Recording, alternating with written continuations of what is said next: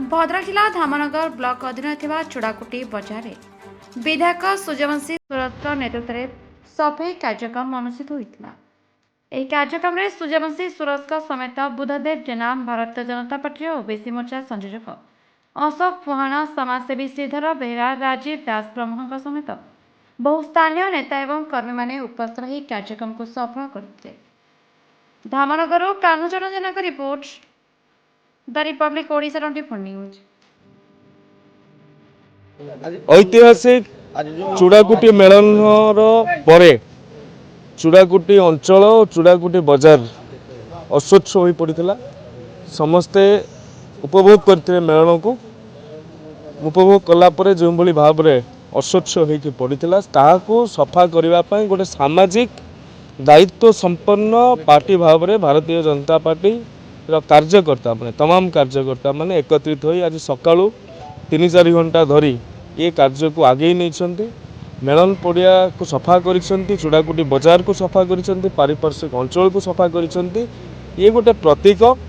समाज आमको जमीती आम पूर्वपुरुषों मिलता से भाया भाव आम आमर उत्तर पुरुषों को प्रदान करवा ए कथा नरेंद्र मोदी स्वच्छ भारत अभियान आह्वान होइछि एवं आमर दिवंगत नेतृत्व विष्णुचरण सेठी सी क्रमागत भाव में स्वच्छ भारत अभियान को गुरुत्व दे आसुतिले। एही उपलक्षे भारतीय जनता पार्टीर नेतृत्व माने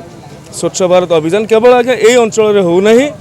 बयांगडी मेलन पड़िया ठारू खिलाड़ेश्वर पाखर आरंभ करिकी आपन सूर्यपुर मेलन पड़िया पर्यंत ये सब कथा गुड़िक भारतीय जनता पार्टी हाथ को नेउछि।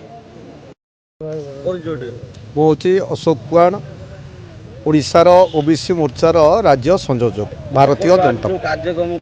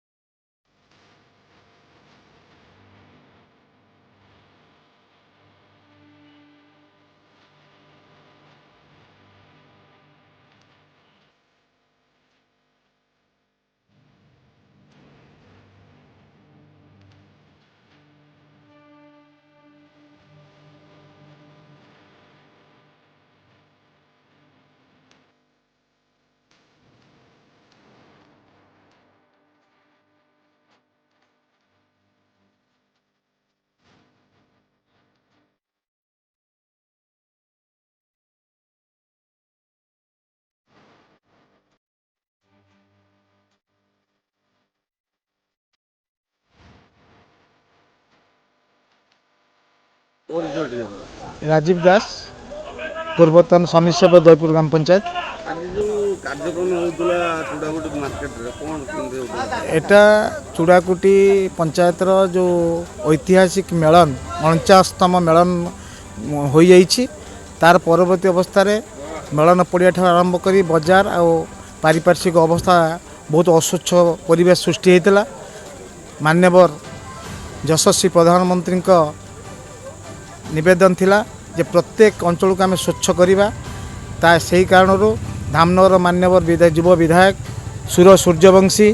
से आसी चूड़ाकुटी मेलन पड़िया ठारू आरंभ करी बजार और पारिपार्श्विक अवस्था को समस्त जेते अलिया आवर्जना था ताकू सफा कराई एवं जनसाधारण को बार्ता दि जाइए। प्रधान यशस्वी प्रधानमंत्री जो नेतृत्व रे जो निवेदन थिला